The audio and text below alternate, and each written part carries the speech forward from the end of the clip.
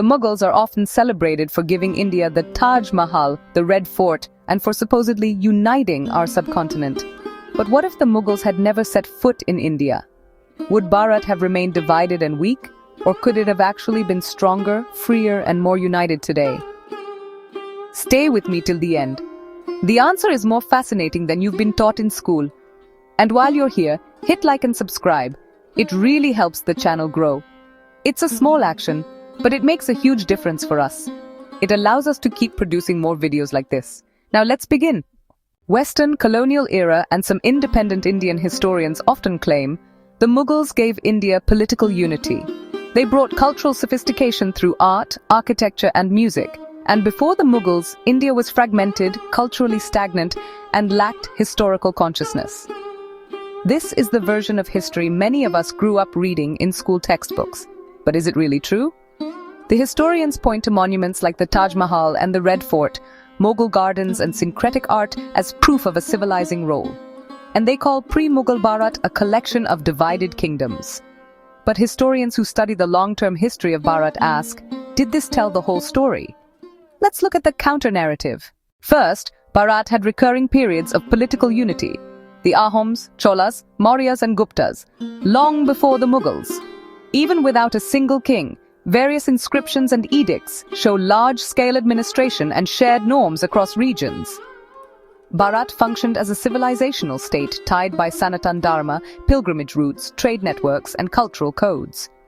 Democracy and self-rule were not alien imports to Bharat. From village panchayats to local assemblies, India had democratic traditions long before Mughals or British. So, without the Mughals, India may still have unified under its own civilizational glue, perhaps even adopting democratic structures earlier. That's the first counterpoint. Second, the artisans who built grand monuments were largely indigenous Hindu craftsmen. Indic skill underpinned much of the architecture credited to Mughal invaders. Authors like Meenakshi Jain note the continuity of craft traditions across eras before and during the Mughal rule. Mughal chronicles also record deliberate and systematic destruction of temples, jizya tax impositions, and episodes of coercion and worse for the conversion of the masses. Temples were rebuilt repeatedly, a sign of resistance. It is reasonable to assume that without Mughal oppression, Bharat's temples, universities, and knowledge systems would have flourished even more. Imagine Nalanda multiplied, not destroyed. Imagine hundreds of konarks and brihadiswaras across the land.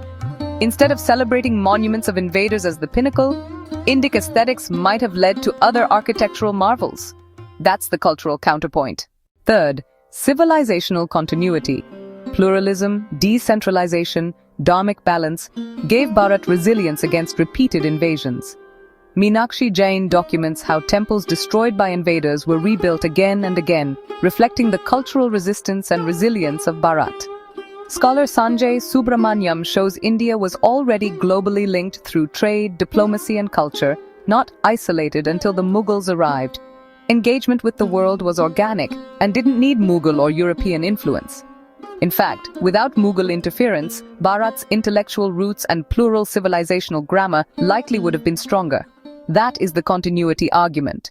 Fourth, Mughal invasions and their aftermath contributed to political fragmentation, which helped create openings for later colonial conquest.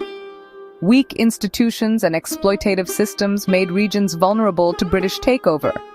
Historians like Sai Deepak argue that invasions fractured not only Bharat's geography, but also its consciousness. Without those ruptures, Afghanistan, Pakistan, and Bangladesh would have stayed within the Indian civilizational fold. Partition may not have happened.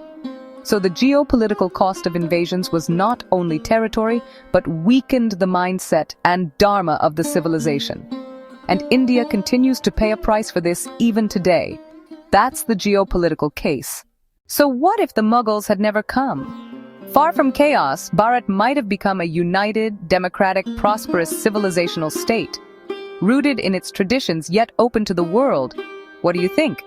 Would Bharat have been stronger without the Mughals, or did their rule shape India for the better? Drop your thoughts in the comments and join the conversation.